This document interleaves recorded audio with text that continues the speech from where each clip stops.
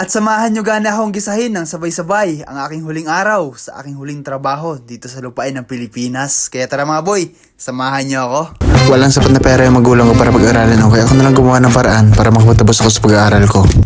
So what's up mga boy, nung mga yung adlaw sinyo tanan. Syempre, karong adlaw mga boy, last day ko na sa work. Ilang taon ta kung anong mga matabo karon. Mga boy kaya dali na, updan nyo ako. Huy! At dito ko na rin gani mararanasan ang aking huling sabit sa jeep. Huling babaw, apunta sa trabaho at syempre mga boy, huling suot ng tok. At isa to sa mga bagay na alam kong may miss ko. Pero ang hindi ko alam kung mauulit pa ba ito. At ang isa sa pinakamasarap na bagay sa pagtatrabaho ay kaklose mo lahat ng katrabaho mo. Ayan, dami yung ugasan. Agoy yun, agoy. Agoy! At sa pagbukas suganin ng lata, masaya kong iniisip na sana pagkatapos ko dito ay mayroong bagong pinto na magbubukas sa akin at magiging masaya sa pagdating ko. At hindi naman ako maarte sa trabaho, kaya ko makipagsabayan gaya ng ginagawa nyo. At fast forward yan ito dyan mga boy, around 2 PM na ng hapon at oras pa lang ng aking lunch break. Syempre mga boy, nagtataka kayo kung bakit late. Ganyan talaga mga boy pag sa kusina ka. Mas uunahin mo muna yung customer kasi priority mo sila.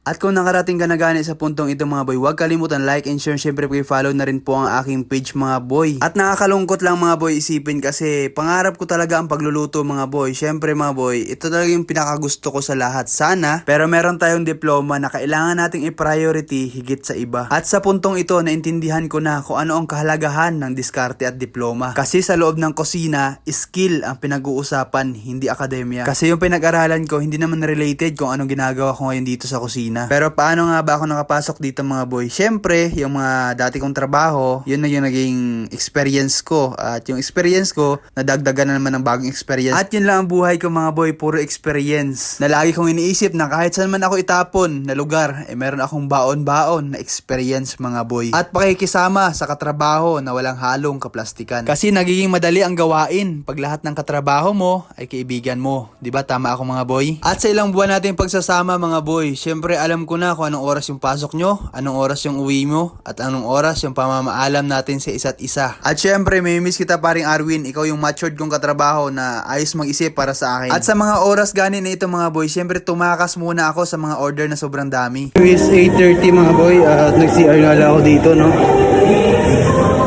Kasi doon sa CR namin mga boy ay puno. So dito muna ako. Medyo malayo pero okay lang kasi parang pahinga na rin. Kasi sobrang init sa loob mga boy.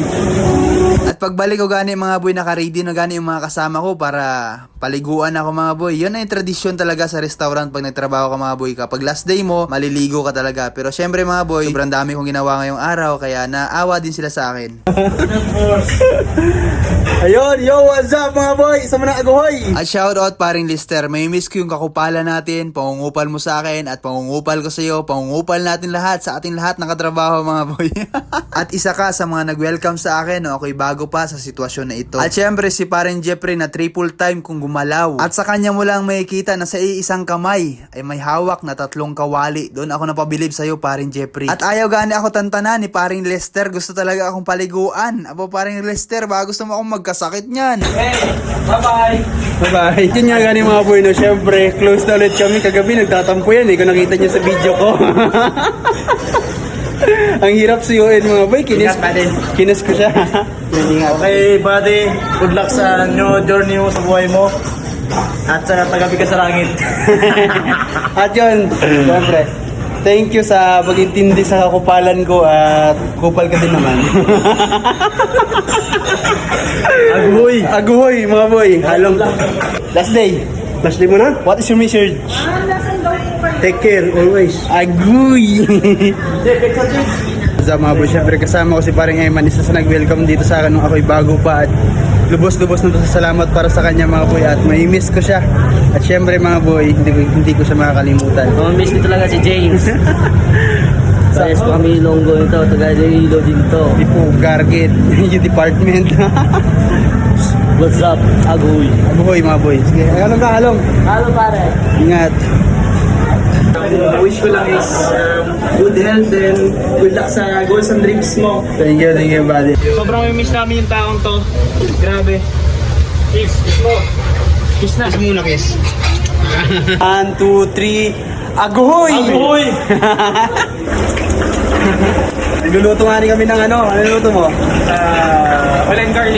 Garlic. Ako kay Boss Mike. Hoy! Siyempre. At hanggang dito na lang mga boy ang ating pagsasama. Syempre mga boy, mag-iiwan ako ng malaking respeto para sa inyo. Sana magtagumpay kayo kung ano man ang mga plano nyo sa buhay. Sana lagi tayong i-bless ni Lord. At syempre mga boy, lagi kayong mag-ingat sa mga ginagawa nyo. At ako naman, lagi ko kayong maaalala sa mga panahong nilalakbay ko ang pangarap ko na mag-isa, na ang daladala ko lang ay ang tinuro nyong experience at ang aking diploma. Yun lang mga boy, syempre, I always remind you, mag-ingat kayo palagi and I love you so much mga boy. Agohoy!